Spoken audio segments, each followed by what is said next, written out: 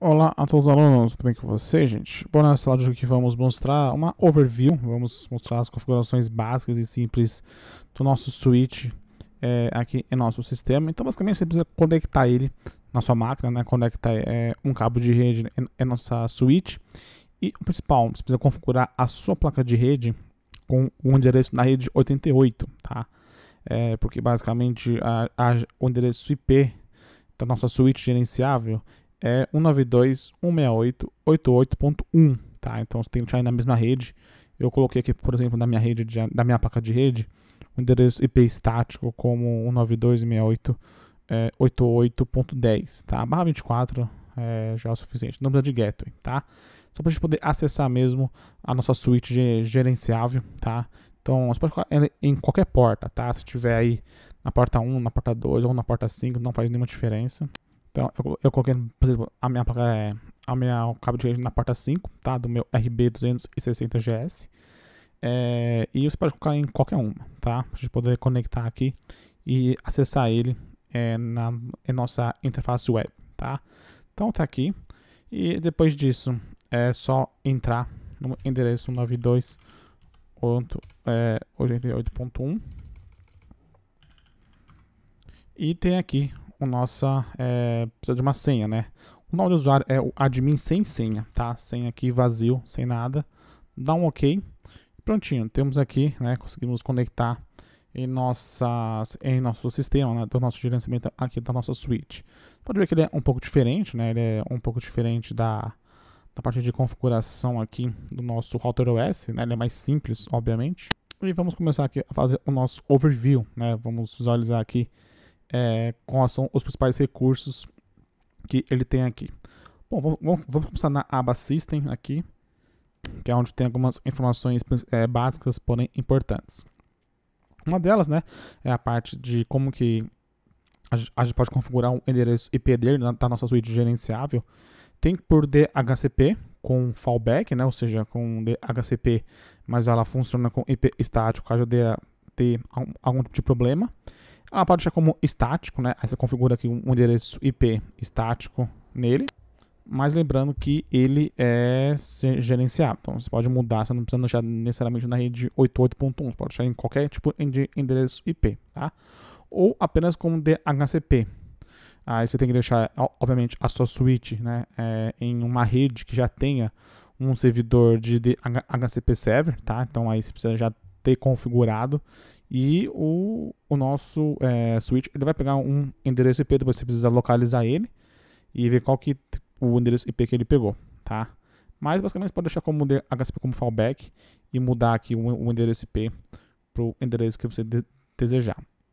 Temos aqui também a parte da identidade, então é importante isso, né? Para você deixar o nome da nossa switch, né? Vem como padrão microchip, mas pode deixar como um outro nome. Caso você queira, não precisa deixar nesse nome necessariamente. Aqui temos também o nosso Alan From, que basicamente é um endereço IP, né, a partir de qual o serviço está acessível. Por padrão, está em branco, ou seja, qualquer tipo de endereço consegue acessar, tá? Então você pode configurar aqui uma rede também, tá? Para deixar ele de modo restrito. Aqui no Alan From Ports, né, o nome já diz, você pode habilitar ou não as portas em sua switch, então você pode desabilitar ou não as portas, tá? Das quais o serviço vai ser acessível ou não, inclusive a porta de fibra ótica também é possível. O Alan From VLAN também é possível você colocar o ID, né, da VLAN, a partir de qual serviço estará acessível, tá? Então o modo de VLAN deve ser diferente, tá? Então, o módulo da VLAN da porta deve estar diferente, tá? Para a gente poder fazer a nossa conexão. O nosso Watchdog, você pode habilitar ou deixar desabilitado. Então, basicamente, ele vai o quê? Ele vai reinicializar, né, o nosso switch caso a CPU encontrar algum tipo de falha. É interessante em casos talvez críticos, em cenários críticos, isso deve ser muito importante. Temos também aqui o nosso lookup de VLAN. Não sei se seria muito interessante, mas pode ser também que seja interessante. O protocolo IGMP Spoofing também. A gente vai trabalhar só nas próximas aulas. sobre esse tipo de configurações, é um pouquinho mais avançado. Temos o nosso MikroTik Discovery protocolo, né? Então, para você poder usar, por exemplo, no seu Winbox, para ele descobrir o endereço IP, enfim, quais equipamentos estão lá na nossa rede. Aí temos aqui o nosso MAC address da nossa switch, o número de serial, o board name, né? O nosso chipset. Lembrando de qualquer tipo de configuração que você fizer aqui, você precisa aplicar, tá? Aqui as nossas configurações.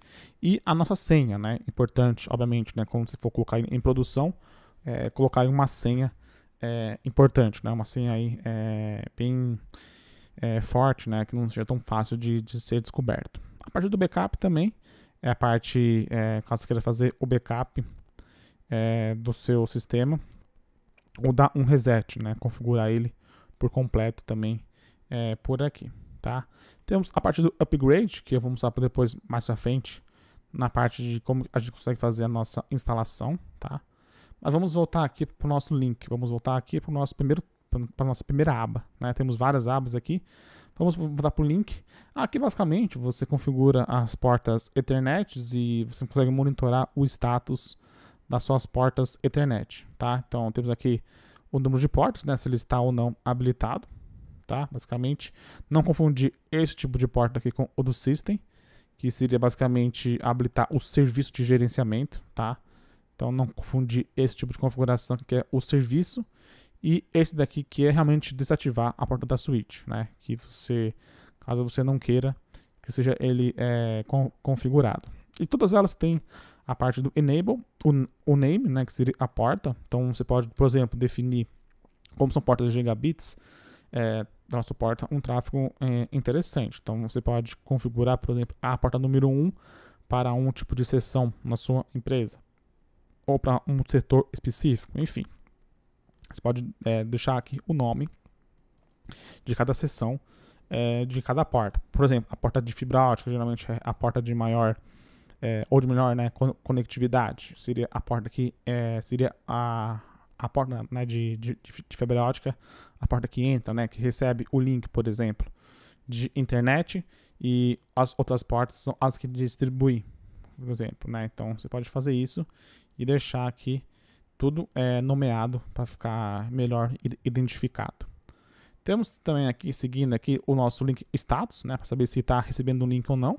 Como eu estou conectado na minha porta 5 do meu switch, então ele vai mostrar para vocês aqui que ele está, obviamente, conectado, né? Então o link está on, a velocidade daquela porta, se é 100 ou é 1000, então no meu caso aqui tá batendo 100, a minha switch aqui é uma switch simples, mas se você for conectar, por exemplo, em uma switch /1000, aí ele vai mostrar para você aqui qual é a velocidade que ele está querendo mostrar. O Auto Negotiation basicamente pode desativar ou ativar a negociação automática de velocidade, tá? Então, basicamente você pode deixar aí como Auto Negotiation. A velocidade, né, como eu já disse. O Full Duplex, basicamente você pode especificar que aquela porta rode em Full Duplex, ou Flow Control aqui, que basicamente, né, um controle de fluxo, né, no 802.3x, que tem basicamente como objetivo garantir, né, a perda zero, né, nenhum tipo de perda de pacotes, caso venha ter um congestionamento de rede, tá? Então é interessante deixar também, caso você queira também. Aqui, continuando, temos a porta SFP, que seria a porta de fibra ótica. Então, como eu não tenho nenhum tipo de módulo, né, de fibra ótica, então eu não tenho nenhum tipo de informação.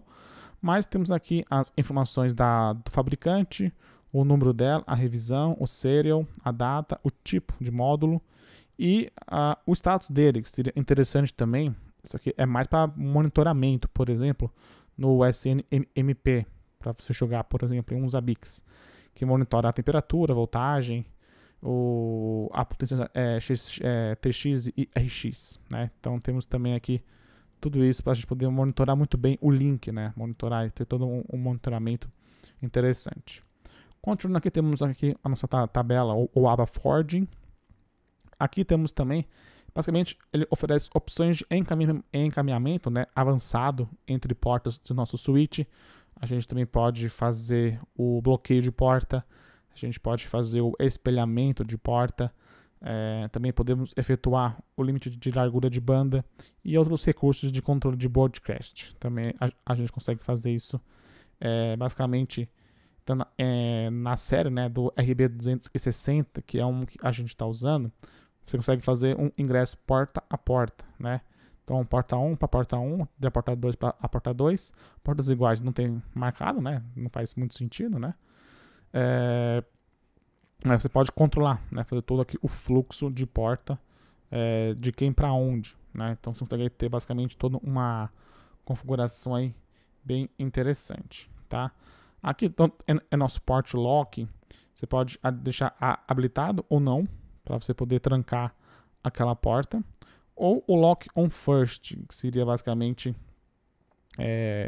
o endereço MAC, né, do primeiro pacote recebido ainda será apreendido, né? Então isso que a gente vai ver depois mais pra frente como que seria esse nosso lock on first. Continuando aqui, temos aqui o nosso port mirror. Seria basicamente, temos aqui o nosso mirror ingress, egress, e temos o mirror to. Ou seja, o mirror ingress, se o tráfego que entra nessa porta deve ser copiado, né, e encaminhado para a porta de destino do nosso espelhamento. Isso é no ingress. No egress é diferente, né? Se o tráfego que sai dessa porta deve ser copiado e vai ser feito um encaminhamento, né, para a porta de destino daquele espelhamento, né, ou daquele nosso configuração que a gente fez. E temos o mirror to, basicamente espelhando basicamente a porta de destino. Também temos esse tipo de configuração. O band switch limit, temos nesse nosso switch só o ingress rate, temos outras suites com outros recursos, mas basicamente aqui ele faz a limitação, né, do tráfego que sai dessa porta, isso em BPS, tá? Isso também pode colocar aqui os valores, porta 1, porta 2, 3, 4, 5, ou a SFP também, tá? Também é um tipo de configuração. Nas próximas aulas vamos continuar aqui passo a passo falando sobre o overview de todas as partes aqui. Depois vamos ter aqui exemplos práticos de configurações, tudo bem? Para não ficar tão extenso assim a aula, então eu vou dividir em módulos para ficar bem explicado.